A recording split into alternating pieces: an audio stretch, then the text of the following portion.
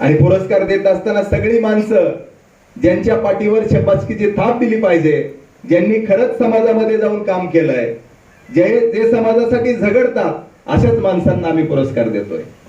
लक्ष्मीकांत शिंदे बद्दल या ठिकाणी बऱ्याच जणांना माहित नसेल आणि बऱ्याच जणांना पण माहित आहे. विद्यार्थी दशेपासून काम ते चळवळीमध्ये करत आहे. मातंग समाजाच्या चळवळीमध्ये काम करत असताना जेलौजी पासून सुरुवात केली. कर्मठ मांग जेलौजी पासून सुरुवात आहे आणि त्यांचा थांबा शेवट तथागतापाशी आहे. म्हणजे आम्ही ज्या माणसांना या ठिकाणी पुरस्कार करतोय, ज्यांच्यावर शाबासकीची थाप टाकतोय, ती माणसं आपलं पूर्ण आयुष्य चळवळीला दिलेली माणसं आहेत. आमचा हा छोटासा प्रयत्न आहे. आणि आताच ते आजारातून मुक्त म्हणजे असा त्यांना आजार झाला होता. आयसीयू मध्ये 8 दिवस होते. हृदयामध्ये त्यांच्या पाणी झालं होतं.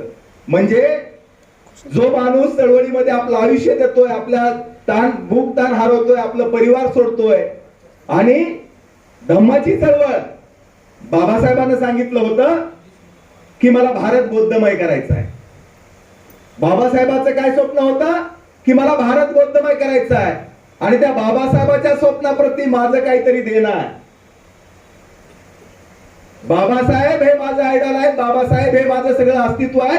बाबासाहेब माझे मार्गदर्शक आहेत. बाबासाहेबांचं मिशन काय होतं की मला भारत बौद्धमय करायचा आहे आणि त्या मिशन साठी माझा खारीचा वाटा असला पाहिजे म्हणून काम करणारे ते लक्ष्मीकांत शिंदे आहेत.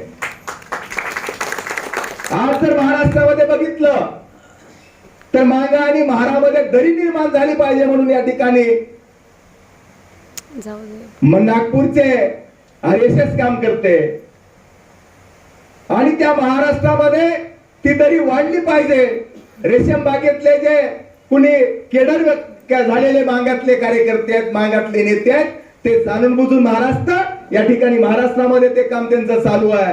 परंतु त्याच महाराष्ट्रामध्ये 19 मांगाच्या धम्म परिषदा, 19 मांगोड्यामध्ये जाऊन त्यांना बोलत धम्माची दीक्षा देणारे हे लक्ष्मीकांत शिंदे आहेत. त्यांचा आम्ही सन्मान करतोय. जिजाच्या नावानं म्हणजे भलतेच गिन्यान बादळणारे महाराष्ट्रात भरपूर आहेत, त्यांना आम्ही सन्मानित करीत नाहोत. आम्ही ज्यांचा सन्मान केलाय ती माणसं चळवळीसाठी बलिदान देणारी माणसं आहेत आणि त्यांचा सन्मान झाला पाहिजे आणि तेच माणसं समोर आले पाहिजे, हा आमचा प्रयत्न आहे. आणि आज जिजाला आम्ही अभिवादन करत असताना नाना आपल्यावरची जिम्मेदारी वाढते. कुमटेकर सर, आपल्यावरची जिम्मेदारी वाढते. कारण या महाराष्ट्रामध्ये मांगा महाराच्या दंगली झाल्या पाहिजे त्याच्यासाठी RSS काम करताय. मांगा महारामध्ये दंगली झाल्या पाहिजे, त्यांच्यामध्ये मारामाऱ्या झाल्या पाहिजेत, याचं काम या महाराष्ट्रामध्ये केलं जात आहे. आणि जिजाला जर आम्ही आज अभिवादन करत असू तर जिजावाला अभिवादन करताना आम्ही या ठिकाणी आम्ही समोर आलं पाहिजे आणि आम्ही आंबेडकरवाद मागातला जीवन ठेवण्यासाठी काम केलं पाहिजे. त्याच्यासाठी जिजाचा आम्ही पुरस्कार देतोय. माझी जिम्मेदारी आहे. दबलेल्या पिचलेल्या माणसासाठी काम करणारे जी माणसं आहेत आज बघतोय आपण. आणि जर त्या महाराष्ट्रामध्ये जर अशीच चळवळीचे राख रांगोळी होणार असेल तर मग माझा चळवळ म्हणून माझं काय दायित्व आहे, माझी काय जिम्मेदारी आहे आणि ती जिम्मेदारी मी घेऊन पुढे गेलं पाहिजे. आज ज्या जिजानी आताच वसंतरावांनी सांगितलं की ज्या जिजानी या मराठवाड्यातल्या 1 लाख कुटुंबाकडे गायरान जमीन या जिजाच्या मुळे झालेली आहे. 1 लाख मराठवाड्यातले कुटुंब आज आशेने पाहत आहेत. कारण हे बसलेलं जे सरकार आहे यांना तुमच्या ताब्यातल्या जमिनी काढून घ्यायच्या आणि जमिनी काढून घेत असताना सौर ऊर्जा नावाचा प्लॅन त्यांनी आणलाय. विकास झाला पाहिजे, विकासाला आम्ही बाधा करणार नाही, परंतु विकास करत असताना आमच्या जर जमिनी आमच्या ताब्यातल्या घेऊन तुम्ही विकास करत असाल तर आम्ही तुम्हाला घेऊ देणार नाही. ही जिम्मेदारी जिजाला मानणाऱ्या आणि जिजाला जर नेते मानणाऱ्या आणि जिजाच्या चळवळीत काम करणाऱ्या प्रत्येक कार्यकर्त्याची जिम्मेदारी आहे. ती जिम्मेदारी पेलण्याचं बळ आलं पाहिजे, याच्यासाठी जिजाच्या आजच्या स्मृती दिनानिमित्त आम्ही आज कार्यक्रम घेतोय. तो आमचा उद्देश आहे. ज्या जिजाने महाराष्ट्रामध्ये चलो बुद्ध की ओर म्हणून या ठिकाणी महाराष्ट्रामध्ये रॅली काढली, रॅली काढली. प्रत्येक मांगोड्यामध्ये जाऊन जिजानी धम्माकडे चला म्हणून संदेश दिला. आणि तो संदेश आम्हाला पुढे घेऊन जात असताना तथागताकडे जर आम्हाला समाजाला घेऊन जायचंय, अंधश्रद्धेच्या खाईमध्ये सापडलेल्या समाजाला जर आम्हाला बाहेर काढायचं असेल तर ते बाहेर काढण्यासाठी या ठिकाणी आमच्याकडे एकच झाली मावशी आहे नाना, जिजाची चळवळ जिवंत राहिली पाहिजे.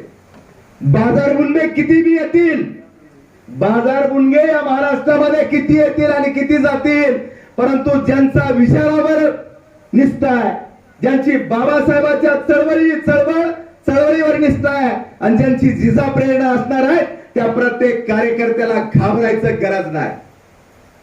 नाना, घाबरायची त्यांना गरज नाही, कारण आमच्याकडे अथांग विचाराचा महासागर असणारे बाबासाहेब आणि त्या बाबासाहेबाच्या रस्त्याने घेऊन जाणारे जिजा असतील तर आमच्या समोर कुणीच येणार नाही. कारण कर्मठ जरी मांग असला आणि कर्मठ जरी महार असला तर जिजाला जय भीमच करायचा, ही जिजाची एक खासियत आहे.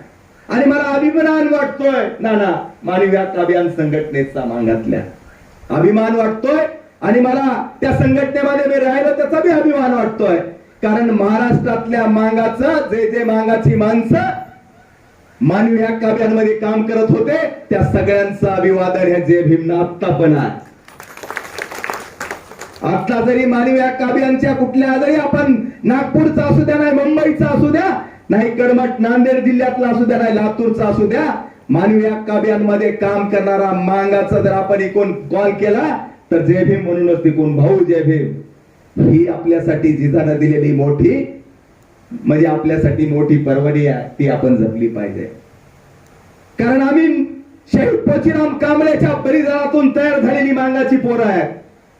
आम्हाला कुणी या ठिकाणी आम्हाला कुणी आंबेडकरवाद शिकवू शकत नाही. आणि आमच्या मधला बाबासाहेब, आमच्या समाजामध्ये घेऊन जाणारा बाबासाहेब आम्हाला कुणी रोखू शकणार नाही. नाना, मी आता म्हणजे जिजाचा अभिवादन करताना या ठिकाणी अभिवादन करताना संकल्प करतोय आणि महाराष्ट्रामध्ये जय भीम घेऊन मांगुड्यामध्ये मी निघणार आहे. कारण कालचा मोर्चा मुंबई